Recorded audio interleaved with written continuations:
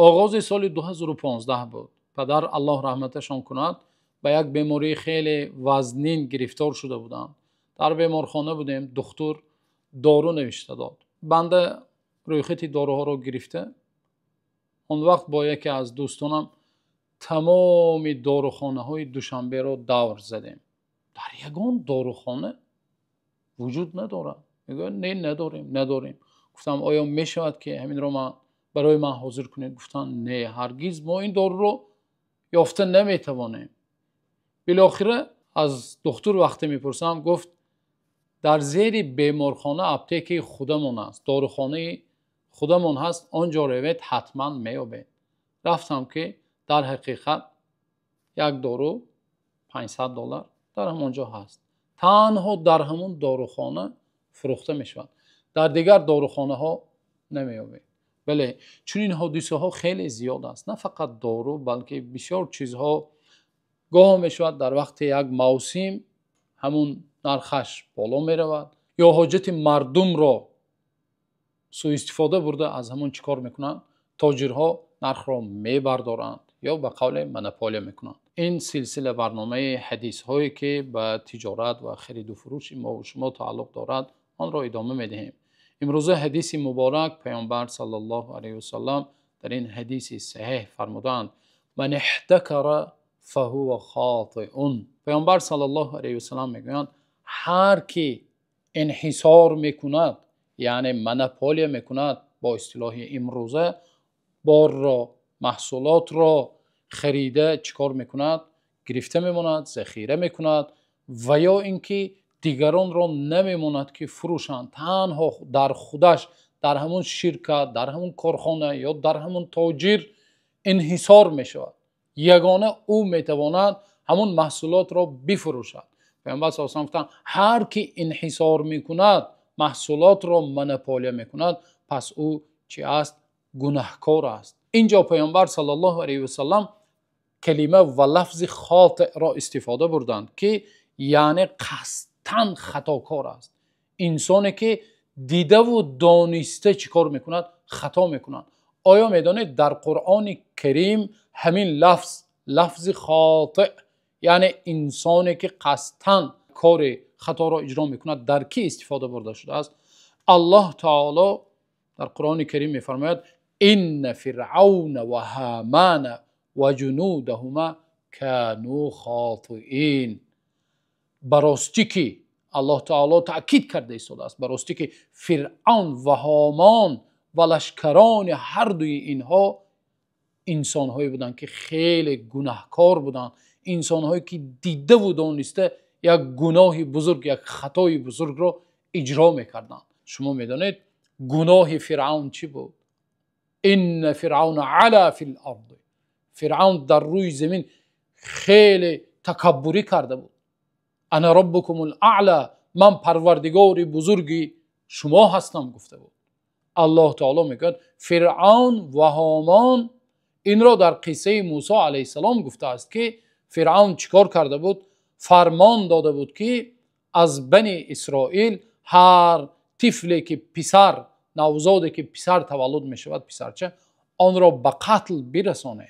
در اینجا الله تعالی فرعون و هامان را چی میگوید؟ خاطئین. اکنون ببینید پیامبر صلی الله علیه و سلم به شخصی که یا نفری که تاجری که یا هر شرکتی که احتکار میکند، انحصار میکند، یعنی منپولی میکند، آن را با همین لفظ، یعنی لفظی که در حق فرعون استفاده برده شده است، پیامبر صلی الله علیه و آن لفظ را استفاده برده، یعنی او قصداً به مردم ضرر میرساند. بنابراین پیامبر صلی الله علیه و سلم در حدیث دیگری خود میفرمایند الجالب مرزوق والمحتکر ملعون.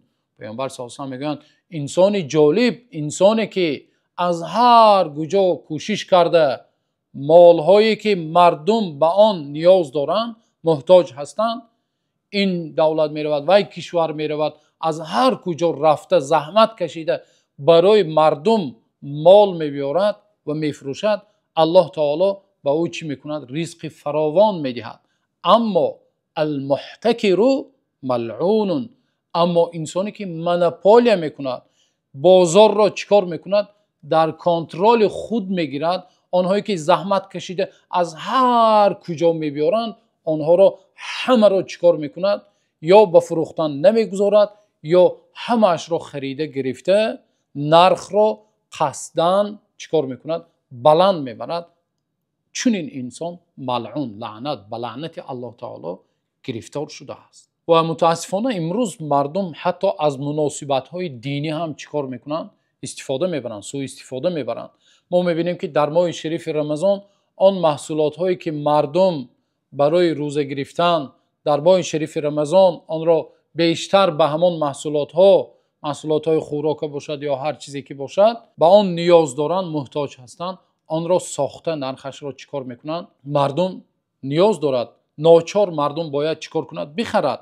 آن را ساخته نرخش را بالا بلند میبردارند. در ماه شریف رمضان یا پیش از عید ما میبینیم که نرخ ها برداشته میشود. حتی در عید قربان هم باشد انسان هایی که مال و چاروا میفروشند چقدر که عید قربان نزدیک شود چیکار میکنند؟ نرخ مال برداشته میشود و قیمت میشود. یعنی از مناسبت های دینی هم باشد سوء استفاده میبرد و چیکار میکند؟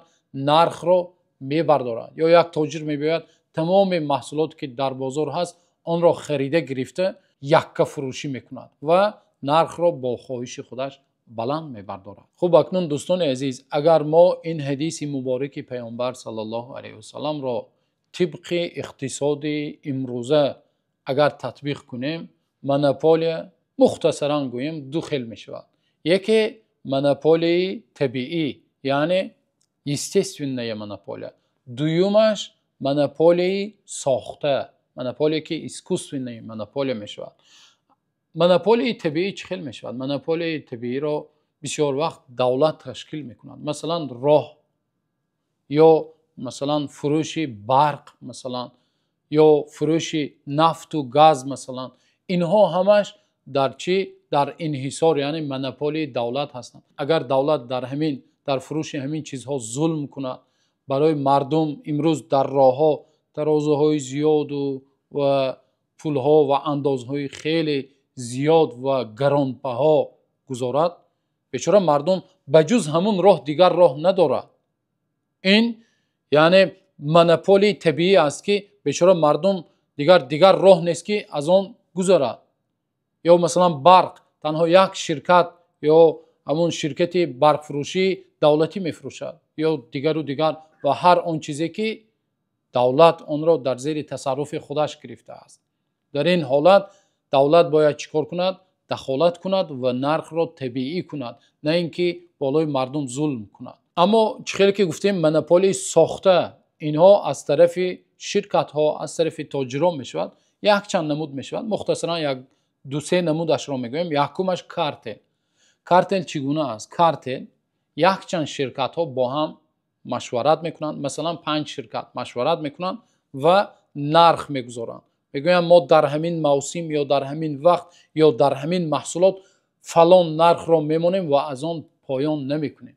مثلا در موسم بلیط فروشی، چیپته های هواپیما، میدونید مردم در وقتی که اوج سفرشون به مهاجرت مهنتی میشود، همه شرکت های هواپیما نرخ را چیکار میکنن؟ گویا با هم اتفاق میکنن و نرخ را میبردونن. برای چی؟ مردم بیچاره نیاز دارن، باید برای کارش برای چی سفر کنن. نرخ چیپته ها برداشته میشود. این را میگویند که مونوپولی کارتل، یعنی شرکت ها بین هم اتفاق میکنن، یک چند شرکت و نرخ را ساخته میبردارن. و البته این چی است؟ حرام است. هر نمودی مونوپولی که بر ضرر مردم است آن حرام است. باز یک نوع دیگرش ترست میگویند. یک شرکتی کلان یک چند شرکت های کلان را، شرکت های با نفوذ را از بازار خریده میگیرد و شرکت های میده چیده را از بازار میبرورد و چیکار میکند؟ تنها خودش انحصار میکند همون محصولات را. مثلا آرد، یک چند کارخانه های آرد براری را چیکار میکند؟ با نفوذ را میخرد و نرخ آرد را خودش تصرف میکند و بلند میبردارد. کی خواهد در دست یک شرکت میشود. و چنین نمودی مونوپولی ها خیلی زیاد هستند. سیندیکات هست یا کانسرن هست. مثلا یک چند زوادهای شرکت های سمنت براری هست، به هر یک تاش میروید میگوید ما تنها به فلان کارخانه میفروشیم، همه سمنت های ما رو تنها همون کارخانه میخرد. یعنی شرطنامه بستند.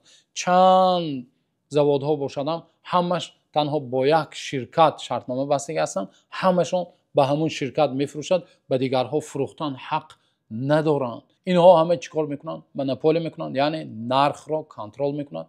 кадом вақт хоҳад нархро мебардорад ва кадом вақт хоҳад мефароранд нархро. замоне ки масалан тобистон мешавад, нархи сохтмон, маҳсулотҳои сохтмониро мебардоранд.